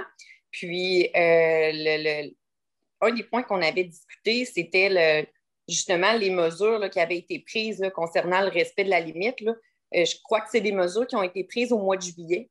Puis, comme on a mentionné là, au conseil d'établissement, c'est sûr que si on compare à des vitesses au mois de juillet, comparativement à si je prends le mois d'octobre, c'est vraiment pas la même réalité. Là. Je veux dire, en plein mois de juillet, il y a des vélos, on est en saison touristique à l'île d'Orléans. Donc, c'est vraiment pas... En tout cas, pour marcher, courir, faire du vélo dans le village, là, c'est pas le même portrait, mettons. Effectivement. Disons que c'est très interprétatif. ça va de soi que si les relevés de vitesse avaient été faits dans un autre temps, peut-être qu'il y aurait une autre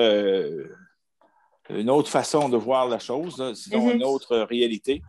Écoutez, le dossier n'est pas fermé. Au contraire, nous, ce qu'on veut, on veut faire le plus possible pour assurer une meilleure protection des enfants puis à l'intérieur de la zone scolaire. Comme vous le savez, la zone scolaire, en tout cas, le fait qu'on n'a pas pu élargir, c'est parce que elle est de l'autre côté d'une courbe, donc on ne peut pas non plus mettre des limites sans que les automobilistes perçoivent cette limite-là à une distance X, si je peux dire.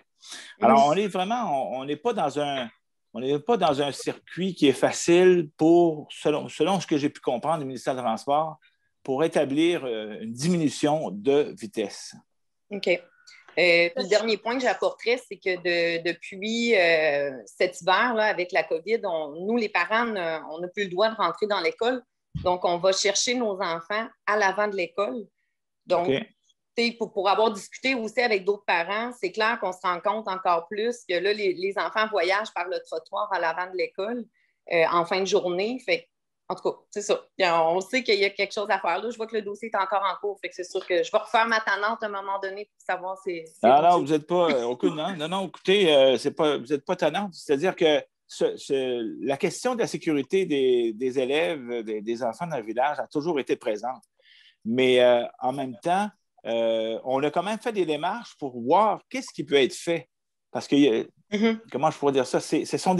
La 368, c'est une route provinciale. On n'est pas dans un quartier résidentiel d'une route municipale. Alors, on est assujetti, si je peux dire, à des normes et à une certaine uniformisation là, de cette réglementation-là. Alors, ce qui fait qu'on ne peut pas faire n'importe quoi. On va essayer de faire quelque chose, mais on ne peut pas non plus s'improviser dans ces limites-là, dans ces règlements-là. Mais il y a quand même d'autres municipalités qui ont fait des changements là, quand même là, dans le sens de la sécurité routière pour les jeunes. Oui, on est au courant, puis on suit le dossier. Parfait. Merci. Je pourrais vraiment ajouter que j'ai eu une rencontre, nous, dans la municipalité, au niveau de la Sûreté du Québec, on a un parrain et puis il vient nous rencontrer périodiquement. Je lui ai refait la mention qu'on a besoin, que une des priorités du conseil municipal, c'est le respect de la vitesse dans la municipalité. Et ils nous ont assuré qu'ils vont, en fait, ils ont même refait ils ont réinstallé là, des voitures de patrouille. Ils donnent des contraventions. On est une des municipalités où ils se donnent le plus de contraventions sur l'île. Non, mais j'ai remarqué la présence dernièrement, effectivement, qui ont fait des opérations. C'est juste que c'est ça. C'est bon. Exact. Merci. Très bien. Il y avait Mme Delisle et ensuite, il y a M. Goulet. Oui, c'est des questions en lien d'abord avec le 7014. Est-ce qu'il y a eu des développements concernant le puits? Oh, Mme Delisle, le ministère de l'Environnement... Oui, Mme Moisan. Le ministère de l'Environnement traite nos 3 puits, comme j'ai mentionné la dernière fois, je pense, en une seule demande. Alors là, on a envoyé des résultats, des réponses à leurs questions. On est toujours en attente. OK. Ça veut dire que... OK. Donc, ça veut dire que, bon, ben là, c'est vrai avec toutes les restrictions en lien avec la COVID, mais sinon, de toute façon, le 7014 ne pourrait pas être utilisé, entre autres, par la chocolaterie? Ben là, pas actuellement, là, mais... Non, mais pas actuellement, mais tant que le puits ne sera pas... ce ne sera pas OK, je présume que ça implique que ce n'est pas possible? Bien, ils ne nous ont pas interdit complètement, là, dès qu'on va savoir, parce que là, la qualité, ils nous ont permis de commencer nos installations quand ce sera possible, là. Et puis, une fois les installations faites, on va faire une analyse de l'eau et on va soumettre ça au ministère de l'Environnement également. Bien, c'est ce que je veux dire. Donc, ça prend nécessairement l'autorisation du ministère de l'Environnement pour que ce soit accessible. Oui, mais là, par rapport à la chocolaterie, là, je n'ai pas autant de détails parce que je ne sais pas quelles vont être les exigences là, du ministère de l'Environnement. Mais de toute façon, eux, ils attendent, ils sont en attente tout comme nous. OK.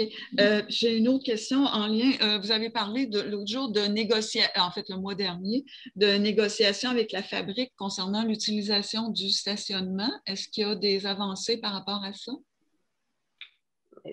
Non, c'était un sujet, je pense, ce soir dans notre séance privée, mais on va avancer avec ça bientôt parce que la saison des touristes ça s'en vient. Là.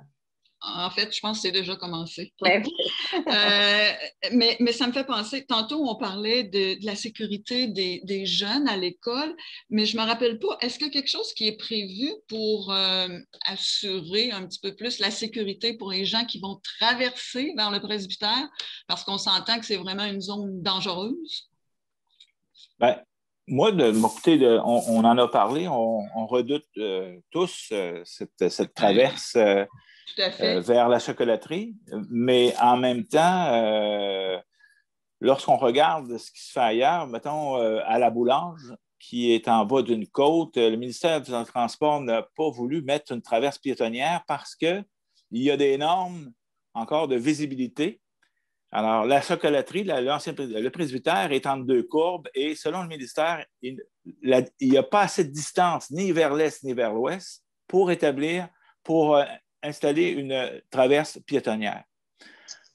En tout cas, la seule chose qu'on peut, en tout cas pour moi, là, qu'on peut faire, c'est qu'il y aurait une directive claire vers le nord, je veux dire, vers le 70-14, pour inviter les gens à emprunter la traverse piétonnière située à l'ouest. Même chose pour celui qui voudrait traverser vers le sud, lui l'invitant à reprendre la traverse piétonnière. C'est-à-dire que, à part ça, ben, c'est sûr qu'on peut avoir une stratégie de sensibilité, dire ben, soyez prudents, mais en même temps, en tout cas, moi, ce que j'ai pu comprendre, c'est que le ministère des Transports ne semble pas être capable de mettre sur la chaussée une traverse piétonnière, puisqu'il y en a une à peine à 50 mètres. Là. Et puis aussi, elle ne correspond pas aux critères du ministère des Transports. C'est l'éventuelle traverse qu'on pense, nous, là, qui sera bien, là, mais pour eux autres, non, c'est pas faisable. Parce qu'on s'entend que c'est une traverse qui est très dangereuse. Là. On compare avec la Boulange, mais à la Boulange, la visibilité est même meilleure que dans la courbe qui mène au presbytère. Là, pour avoir traversé, c'est très dangereux. Là. Et pourtant, ils n'en ont pas. Bien, pas à la Boulange, la visibilité est quand même mieux que celle qu'on peut avoir au presbytère. Mais c'est pas parfait, il s'agit de traverser au presbytère pour se rendre compte que c'est vraiment dangereux. Là. Bon, mais c'est sûr qu'on a expliqué ça de A à Z au ministère des Transports et on s'est fait répondre que c'était impossible. Mais alors là, ça va revenir à chacun, à chacune de prendre sa sécurité et puis d'assurer sa propre sécurité par rapport à la chocolaterie ou d'autres usagers là, du 70-14 pour d'autres citoyens qui voudront aller faire la traverse. Bon, on va juste croiser les doigts. Ben oui, mais en même temps, il y a des choses à faire, mais ça va être vraiment des indications impératives, c'est-à-dire invitant les gens à emprunter la traverse piétonnière pour leur sécurité. Je pense que c'est pour moi, je vois ça comme option. Il y a peut-être d'autres idées qui vont surgir, mais c'est pas évident d'avoir un commerce situé entre deux courbes. Oui, c'est sûr. Bon, une dernière question pour le presbytère toujours. Il y a 2 mois, je pense, j'avais mentionné, quand on a présenté les plans, que selon moi, en fait, je ne suis pas la seule à le dire, ça prend nécessairement une porte ou un écran entre l'entrée et la partie communautaire. Je ne sais pas si vous avez réfléchi à ça, mais ça va être, c'est sûr que ce n'est pas possible là, d'avoir une entrée sans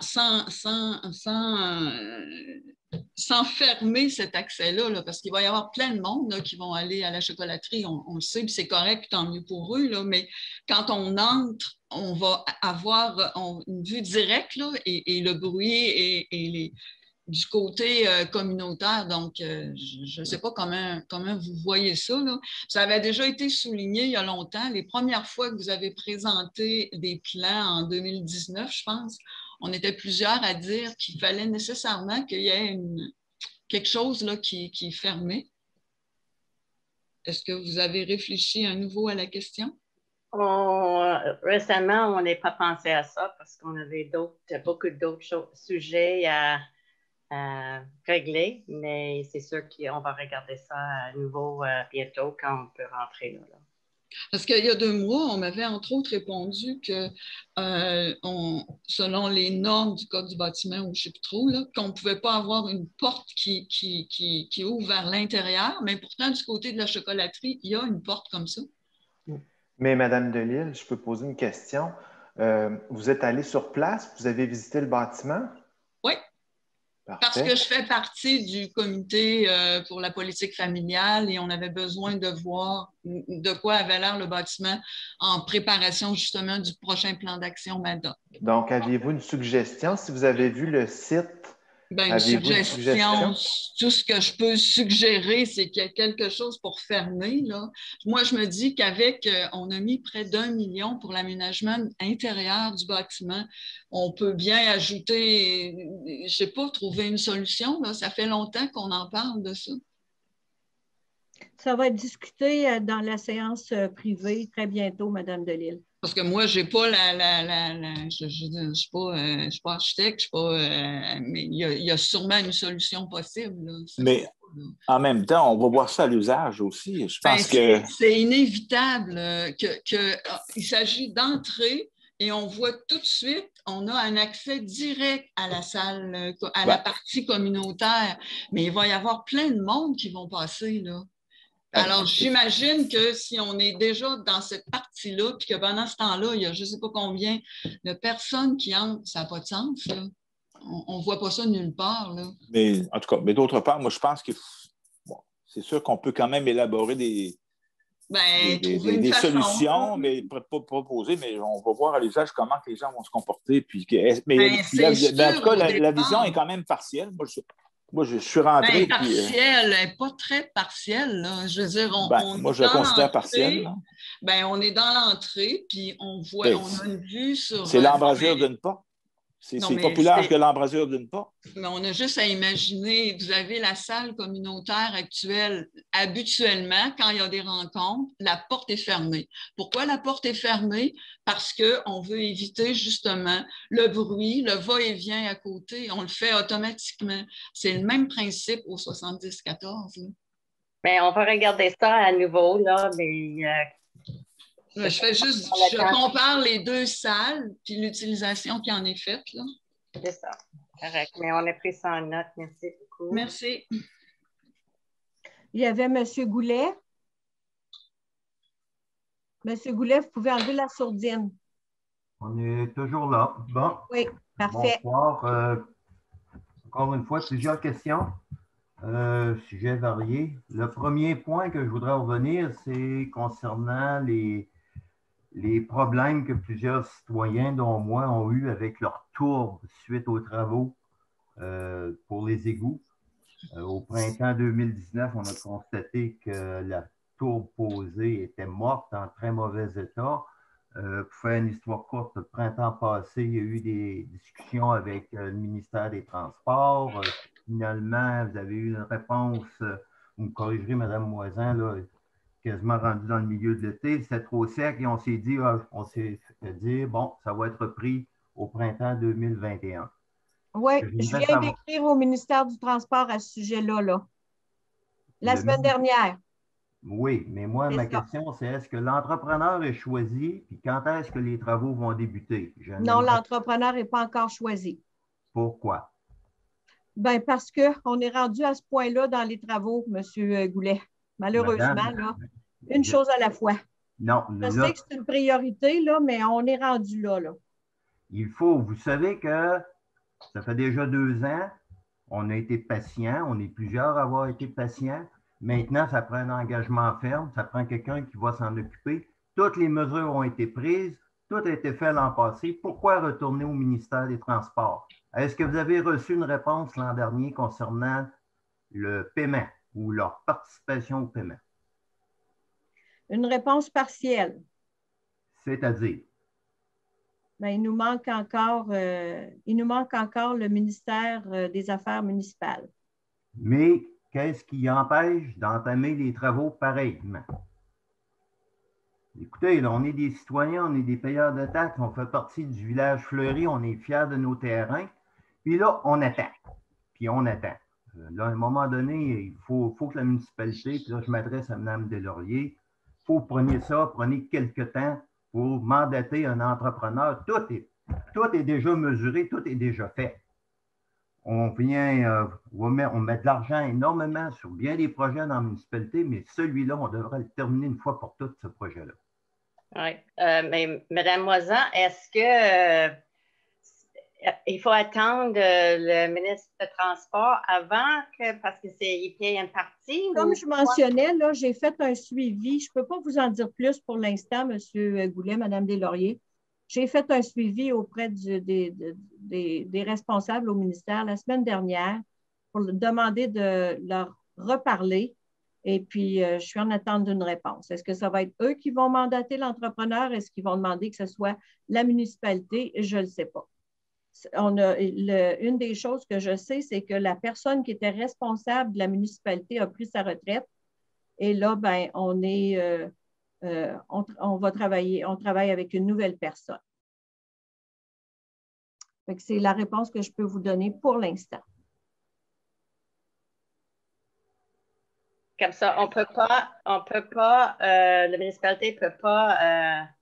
Je ne sais pas, Mme Deslauriers, comme je mentionne, j'ai placé un appel, j'ai envoyé un courriel la semaine dernière et je suis en attente de réponse du ministère des Transports. Alors, je ne peux pas donner plus de réponses que ça pour l'instant. Bon, je suis de retour. J'ai-tu manqué quelque chose? J'ai été déconnecté. Ben oui. Désolé. Ben oui. Ben, là, Mme Moisan, regardez. On est à la période de questions, M. Boivin. Bon. Vous êtes gelé, tout le monde. Bon, désolé, c'est chez vous. Monsieur Goulet, est-ce que vous voulez... Oui, ben non, moi, comme vous dites, je comprends qu'il y a une demande, mais je n'aimerais pas qu'on passe encore tout l'été avec le terrain qui est là. Et vous savez que la tourbe, ça prend de l'eau pour l'arroser et tout ça. Et puis l'eau est là, c'est à l'île. Donc, on ne voudra pas passer une 3e année avec l'état de mon terrain, comme ça. Et je parle aussi pour tous les autres, parce que je suis loin d'être le seul. Non, je sais qu'il y a plusieurs qui ont le même problème. Comme ça, on va essayer de voir une réponse le plus rapidement possible. Là, comme ça, là. Ben, le plus rapidement, Mme Deslauriers, c'est que au mois de mai, il faut prendre une décision, puis il faut planifier un entrepreneur. C'est le temps de poser de l'auto au mois de mai. Pas au mois de juillet, pas au mois d'août, puis il ne faut pas attendre encore. Bon, mais on revient bientôt. On va revenir, mais madame, ça fait 2 ans qu'on attend. Là. Non, je sais, mais en tout cas, là, parce qu'on travaille avec d'autres groupes qui, si on ne fait pas comme il faut, ça va être les citoyens qui vont payer pour le gazon. Comme ça, là. Est-ce que c'est vrai? J'ai eu ouï dire que le ministère des Transports ne voulait pas payer. Je ne sais pas. Je ne suis pas au courant. Non, ce n'est pas quelque chose qu'ils nous ont mentionné. Donc, pas moi, en tout cas.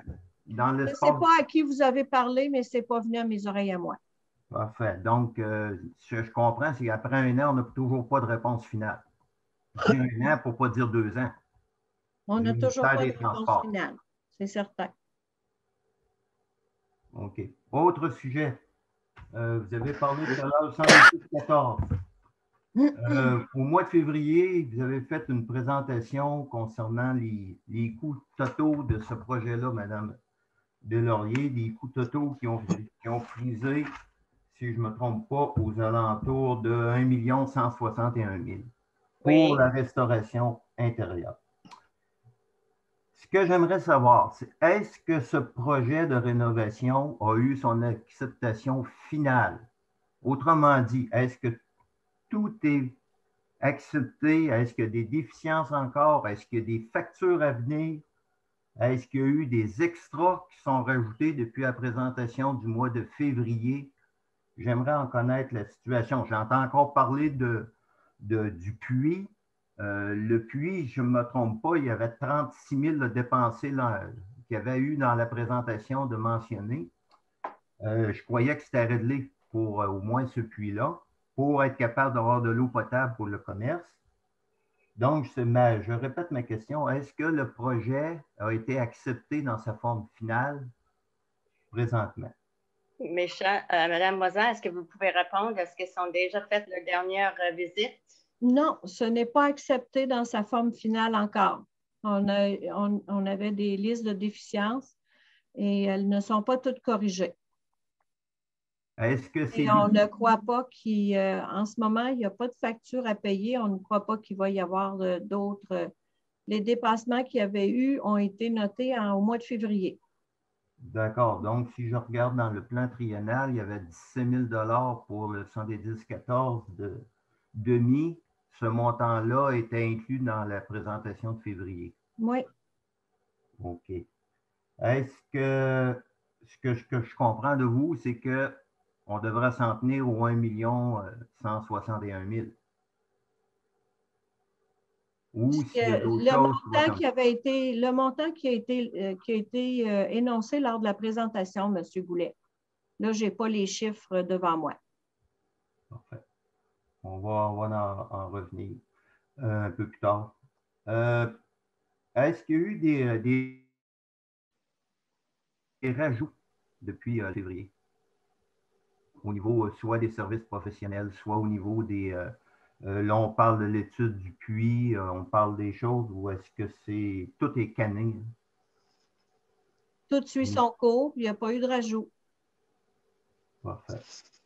Tout à l'heure, vous avez parlé du puits au terrain de jeu, une demande, il y avait eu 3 puits en même temps, puis on a parlé d'un contrat, un entrepreneur pour faire le terrain de balle, et vous avez débuté en parlant de puits.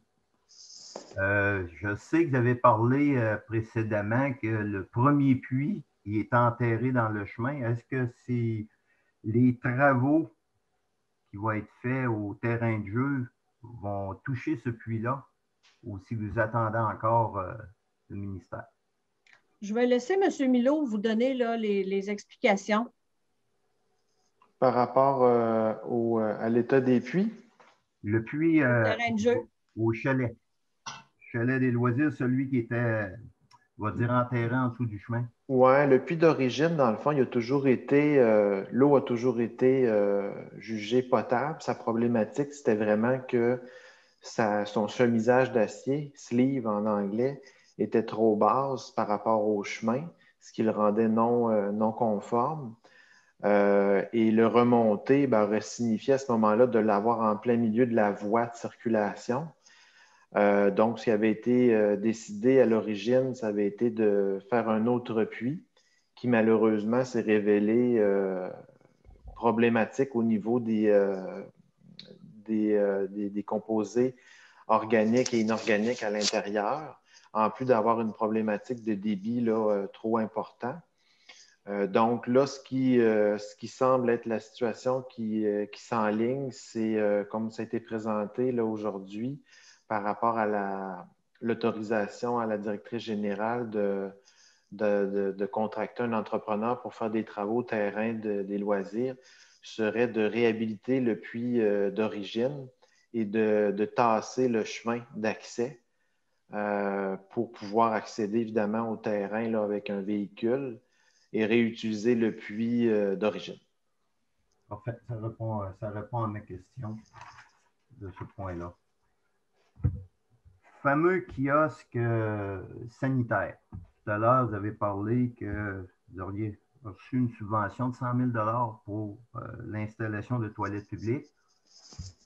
J'aimerais savoir où est-ce que ça en est rendu concernant le fameux puits avec l'église et puis tout le kit. Vous allez me trouver tannant des puits, mais je parle des puits du terrain de jeu, du 110-14, on va parler du puits de l'église, puis là, j'ai même vu à quelque part que vous regardiez pour le puits au parc maritime. Donc, on va commencer par celui du kiosque mais sanitaire. c'est comme Mme Moisan expliquait tantôt, le puits de le presbytère, le puits de le terrain de jeu, puis le puits de l'église sont un dossier avec le ministre de l'Environnement. Comme ça, là, c'est compris, j'explique mal, là, mais en tout cas, ils considèrent que c'est un dossier, pas 3 puits différents. Comme ça, on attend le ministre de l'Environnement encore pour... il manque quelques années, je pense, pour le puits à l'église, Michel? Non, on a tout fourni ce qu'on avait à fournir. On est en attente d'un retour du ministère de l'Environnement.